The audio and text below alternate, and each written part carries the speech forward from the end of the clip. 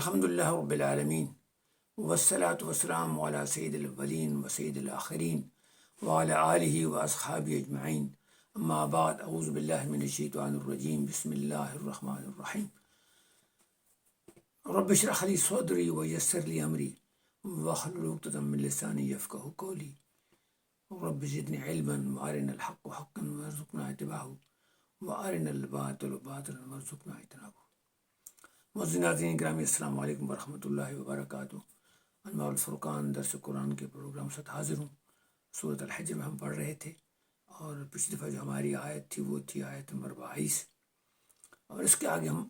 آیت نمبر 23 سے شروع کریں گے۔ آیت نمبر 22 یہ تھی کہ اللہ تعالیٰ جو بھری ہوئی ہوائیں وہ چلاتے ہیں آسمان میں، اور ان کے پاس پانی کا سٹوریج کا سارا بندوبست ہے، اور اس سے وہ آپ کو، انسانیت کو، زمین کو سیراب کرتے ہیں، جبکہ انسان کے پاس استطاعت نہیں ہے کہ وہ اس کو اس کے اندر سٹور کر سکے۔ یہ ساری باتیں بڑی علمی ہیں اور بڑی عام بھی ہیں، یعنی آسمان، زمین، چاند، سارے، رات، دن، بارش، موسم، بارش کے اثرات، پانی آسمان سے آنا، دریاؤں جھیلوں میں ہونا، وہاں سے اٹھانا بڑا مشکل تھا۔ آج کل تو خیر سبمرسیبل اور لفٹنگ سسٹم بن گیا ہے، تو آج 1400 سال پہلے کی بات ہے، لیکن اس کے باوجود بھی پانی کا سٹوریج انسان تک نہیں کر سکتا جو انسان کی ضروریات کو پوری کر سکے۔ اگلی آیت مبارکہ سماعت فرمائیں، 22، 23، 24، 25 اور 26 کو ہم انشاءاللہ آج درس میں کریں گے۔ سماعت فرمائیں آیت مبارکہ۔ وَإِنَّا لَنَحْنُ نُحْيِي وَنُمِيتُ وَنَحْنُ الْوَارِثُونَ وَلَقَدْ عَلِمْنَا الْمُسْتَقْدِمِينَ مِنْكُمْ وَلَقَدْ عَلِمْنَا الْمُسْتَأْخِرِينَ وَإِنَّ رَبَّكَ هُوَ يَحْشُرُهُمْ إِنَّهُ حَكِيمٌ عَلِيمٌ وَلَقَدْ خَلَقْنَا الْإِنسَانَ مِنْ صَلْصَالٍ مِنْ حَمَإٍ مَسْنُونٍ۔ یہ چاروں آیات جو ہیں انسان سے متعلق ہیں۔ وَإِنَّا لَنَحْنُ نُحْيِي وَنُمِيتُ وَنَحْنُ الْوَارِثُونَ، کہ بے شک ہم ہی زندہ کرنے والے ہیں اور ہم ہی مارنے والے ہیں اور ہم ہی تمہارے وارث ہیں۔ اب وارث کون ہوتا ہے؟ کہ جو آپ چیزیں چھوڑ جاتے ہیں، جو آپ کی پراپرٹی ہوتی ہے، جو آپ کی ملکیت ہوتی ہے، آپ چھوڑ جاتے ہیں اور آپ اس کا کوئی معاوضہ نہیں لیتے اور وہ اس کا مالک بن جاتا ہے، وہ وارث ہے۔ وارث کوئی کسی کو معاوضہ نہیں دیتا، معاوضہ جو دیتا ہے وہ پرچیز سیل ہو جاتی ہے۔ گفٹ میں بھی، گفٹ میں معاوضہ بھی ہو سکتا ہے، چھوٹا موٹا، اور بغیر معاوضے کی بھی ہو سکتا ہے۔ وارث وہ ہوتا ہے جو آپ کے وجود کے بعد، مرنے کے بعد چیزیں لے لیتا ہے۔ فرمایا کہ ہم نے تمہیں زندہ کیا ہے، یعنی پیدا کیا ہے، پھر ہم تمہیں موت دیں گے۔ جس طرح ہر کوئی آدمی دیکھتا ہے، انسان پیدا ہوتا ہے اور انسان مر جاتا ہے۔ کب مرتا ہے، کیسے مرتا ہے، کسی کو کوئی پتہ نہیں۔ کوئی کب پیدا ہوتا ہے، کیسے پیدا ہوتا ہے، کسی کو کوئی پیدا ہوتا ہے، کوئی پتہ نہیں۔ یہ دونوں انتہائی اہم کام انسان کے کنٹرول، انسان کی معلومات سے ماورا ہے، پیدا ہونے والے کی اور مرنے والے کی۔ پھر فرمایا کہ جب تم مر جاؤ گے تو ہم بھی تمہارے وارث ہوں گے، یعنی تمہاری چیز نہیں رہ جائیں گی، جو تم نے اعمال کی ہوں گے ہم ان کو سمیٹیں گے اور وہی اعمال تمہارے سامنے لائیں گے، یعنی تمہارے تمام اعمال کا جو حساب کتاب پیچھے رہ جائے گا، جو تم نے کیا ہوا ہوگا دنیا میں، وہ ہمارے ذمہ ہوگا۔ تو یہ ایک طرح کا ہمیں بتایا گیا ہے کہ ہم کسی خالق کو، کسی مارنے والے کو، کسی کو ہمارے کنٹرول کرنے والے کو مان لیں دماغ سے، یعنی یہ ایک سائنسی حقیقت ہمارے پاس موجود ہے، جو بڑے یعنی تجربات اور ڈاٹا کے بعد، یعنی کتنے ملین یا کتنے بلین انسان آج تک مر چکے ہیں وہ ہمارے پاس ڈاٹا موجود ہے، کتنے بلین انسان پیدا ہو چکے ہیں وہ ہمارے پاس ڈاٹا موجود ہے، اور پھر ان سب کے مرنے کے بعد ان کی ساری چیزیں یہیں رہ جائیں گی اور وہ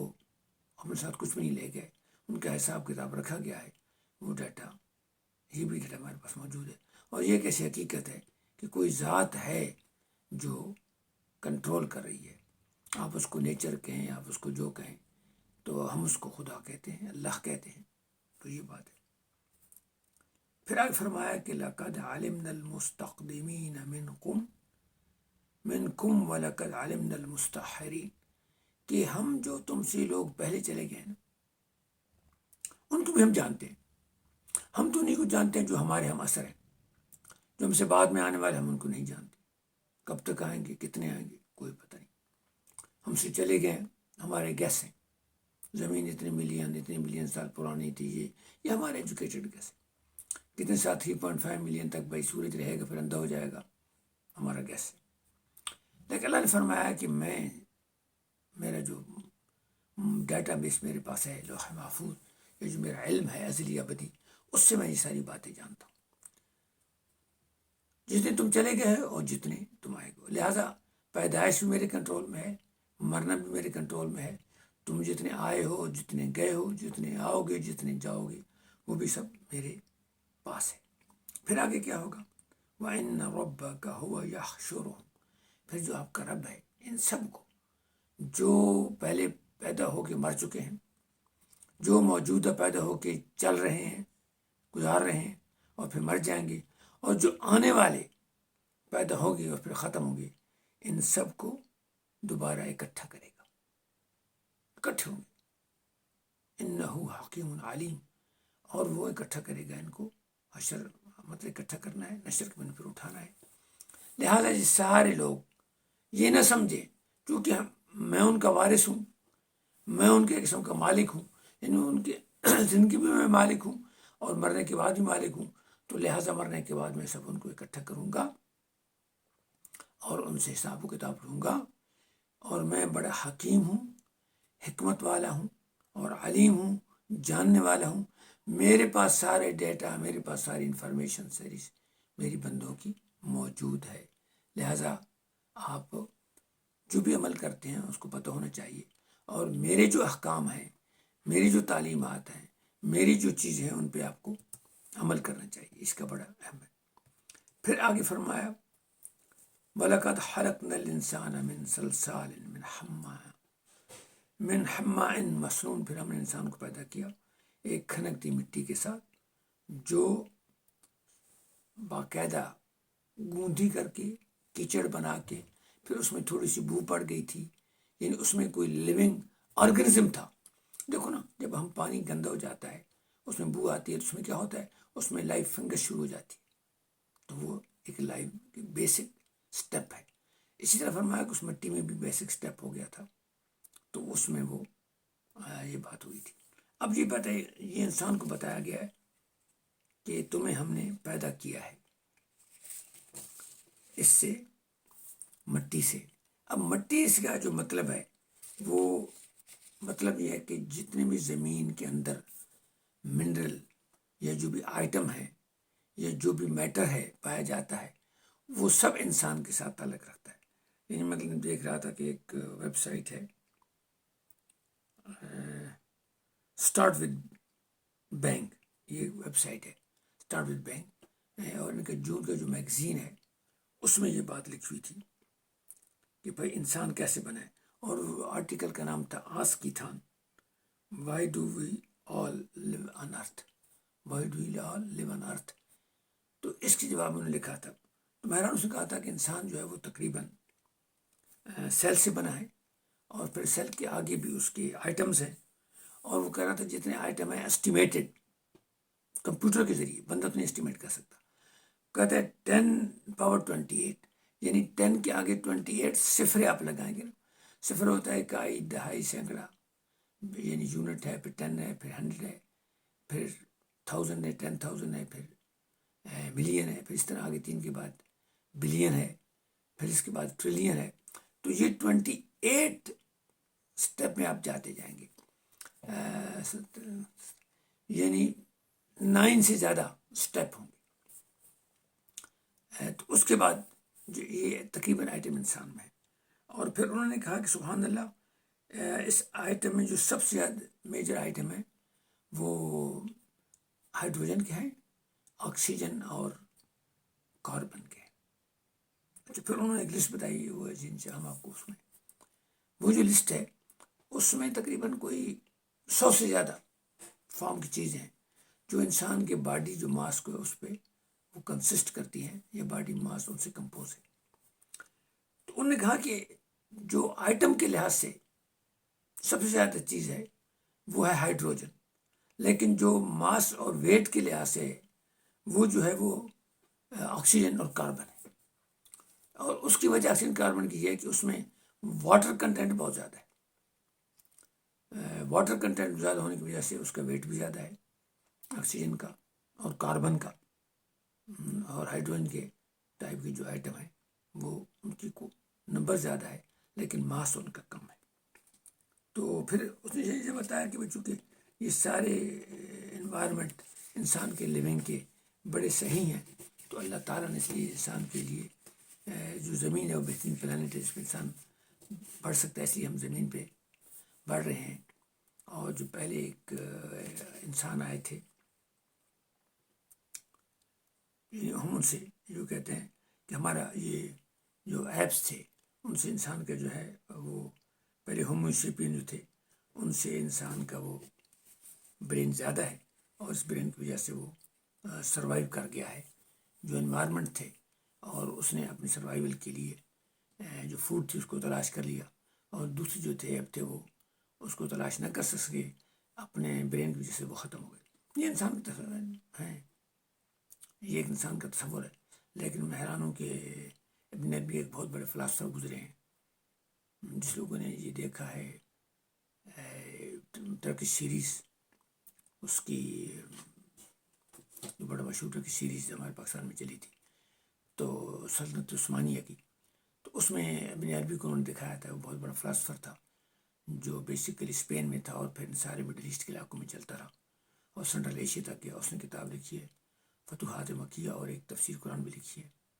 احکام القرآن۔ تو اس میں یہ لکھا ہے کہ انسانوں کے تقریباً 30,000 سال پہلے حضرت آدم سے، یعنی ایک انسان تھا جس کا دماغ کم تھا اور اللہ تعالیٰ نے اس کو پیدا کیا، اور پھر اس انسان نے دماغ اس کا تھا، اس کے پاس بھی سمجھ تھی، تو پھر وہ انسان جو تھا وہ ختم کر دیا گیا، کیونکہ اس انسان نے بہت بڑا فساد پیدا کر دیا تھا، اور اس کو انسان کو ختم کرنے کے لیے جن اور فرشتوں نے انسان کو ختم کر دیا۔ یہی وجہ ہے کہ جب دوبارہ انسان کو اللہ تعالیٰ پیدا کرنے کا اور فرشتوں کو بتایا تو انہوں نے کہا یا اللہ آپ انسان کو پیدا کر رہے ہیں، یہ تو فساد کرے گا۔ تو انہوں نے کہا کہ یہ اس پر اس کا وہ ختم ہو گیا تھا، اس میں نبوت بھی نہیں تھی، اور اس کے بعد پھر حضرت آدم کو پیدا کیا گیا نئے سرے سے جو اس سے بہتر تھے، اور پھر ان کو جنت سے یہاں بھیج دیا گیا۔ اور بھیجنے کے ایک طریقے اب تو سائنس نے یہ بھی کہا گیا ہے کہ جو میٹیورائٹس ہیں یا جو اوپر سے صحاب ثاقب آتے ہیں تو ان کا اتنا بڑا سائز ہوتا ہے کہ اتنے ٹن کا ہوتا ہے، تو ان کے اندر ایک انسان کا آنا، یہ دو انسانوں کا آنا تو کوئی مسئلہ نہیں ہے، وہ زمین پہ آ کے ٹوٹ جائیں تو پھر انسانوں سے باہر آرام سے باہر نکل سکتا ہے، تو یہ ایک پاسبلٹی ہے۔